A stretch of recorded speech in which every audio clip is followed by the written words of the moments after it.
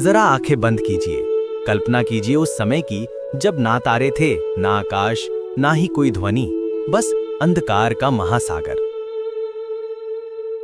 अचानक उस सन्नाटे को तोड़ती है एक धुन, ढोल की धीमी गूंज, और उसी गूंज के साथ एक प्रकाश फूटता है। उसमें से प्रकट होते हैं शिव। जटाओं में बहती गंगा, आंखों में अग्नि और शरीर लय में झूमता हुआ।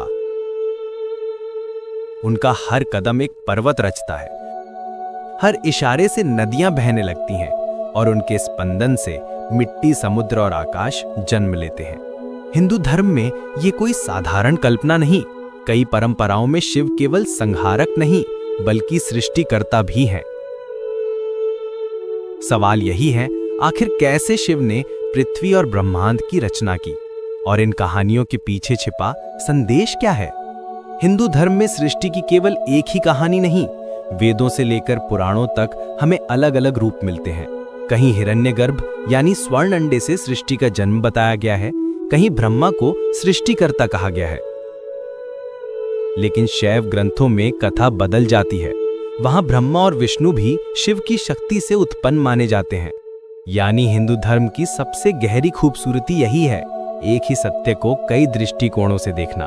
और जब बात शिव की होती है तो उन्हें केवल योगी या संहारक नहीं बल्कि उस परम चेतना के रूप में भी देखा जाता है जिससे ब्रह्मांड ने पहली बार करवट ली। शिव पुराण के अनुसार सृष्टि की शुरुआत में शिव और शक्ति ने इच्छा की कि कुछ और हो। उसी इच्छा से विष्णु और ब्रह्मा का प्राकट्य हुआ। विष्णु को पालन का कार्य मिला और ब्रह्मा को सृजन का।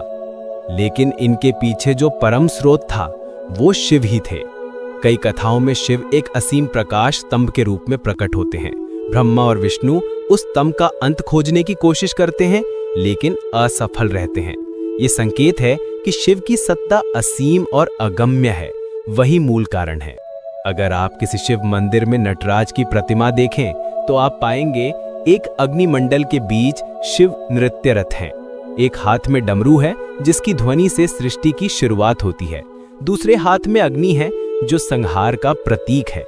उनके नृत्य को पंचकृत्य कहा जाता है।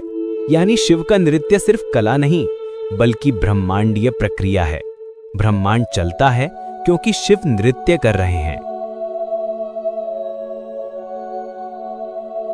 कश्मीर शैव दर्शन में कहा गया है कि शिव ही परम चेतना है। ये चेतना स्थिर नहीं है, उसमें स्पंद है, एक कंपन, एक हलचल। यही हलचल ब्रह्मांड